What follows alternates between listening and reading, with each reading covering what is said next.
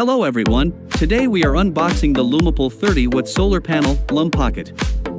It is secured with 2 elastic straps. Let's open it up.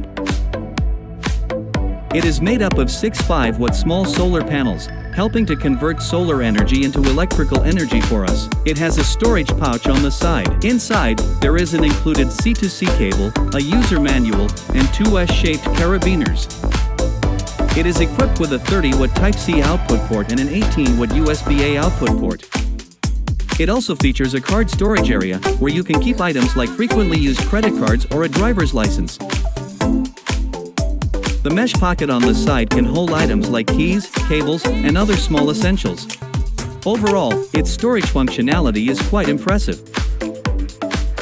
Another aspect I really like is that it's incredibly lightweight, almost the same as a bottle of soda you'd buy at any store.